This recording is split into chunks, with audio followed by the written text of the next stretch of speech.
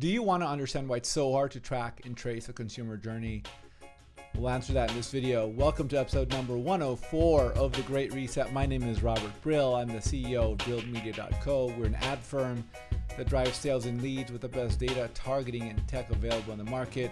And we are here 5 days a week talking about marketing and advertising so you can be a better marketing practitioner.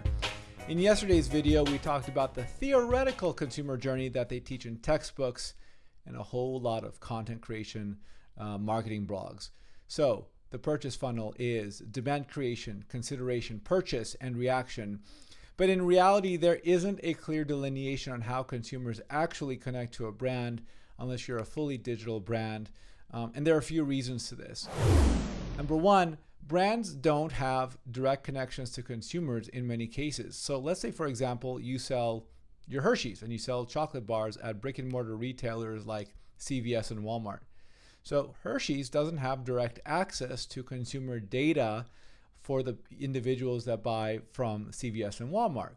So as a result, Hershey's has to work with the intermediary, the channel partner, to collect top-line data without having a direct connection to the end consumer. And this is important because you have a gap in your knowledge on why and how people buy. Many different people have very different motivations and needs. So let's take two different circumstances. Two people buy the same Hershey's chocolate bar at the same CVS. One person buys it for themselves, another buys it for their family. Another buys it because they just came off a diet and they want a reward.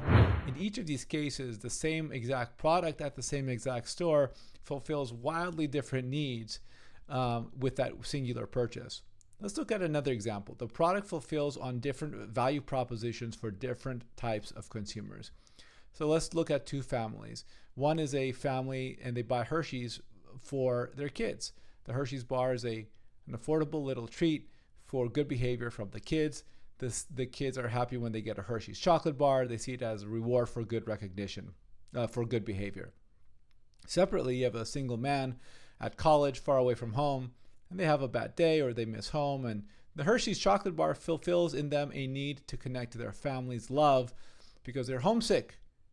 And when this person was a kid, that would be the treat of choice when he was on good behavior. So for a mom with a 4-year-old throwing a fit at for the third time today, now this time at the CVS, the chocolate bar is a pacifier for mom's frayed nerves and the child's temper tantrum. So in all these situations, people are buying the Hershey's chocolate bar for vastly different reasons.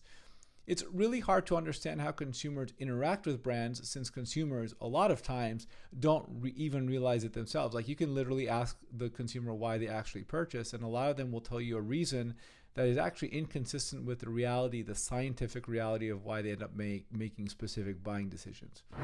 So brands must do a lot of sleuthing around to really hone in on the most important elements of the consumer journey.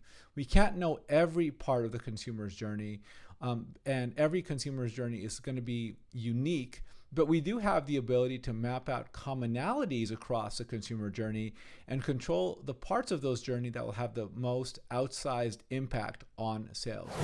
So we'll stop there, and in the next videos, we'll take a deep dive into two types of consumer journeys that brands have to deal with: low consideration purchases and high consideration purchases. Now, if you found this video helpful, please give us a like and let us know that you like what we are doing. For more videos like this to help you be a better marketer, subscribe and hit that notification button. If you want to bypass all the learnings and go straight into the lead generation for a monthly fee, we do this all for you for $1,500 a month with our spot on marketing services. That's it for this episode of The Great Reset. We will see you tomorrow.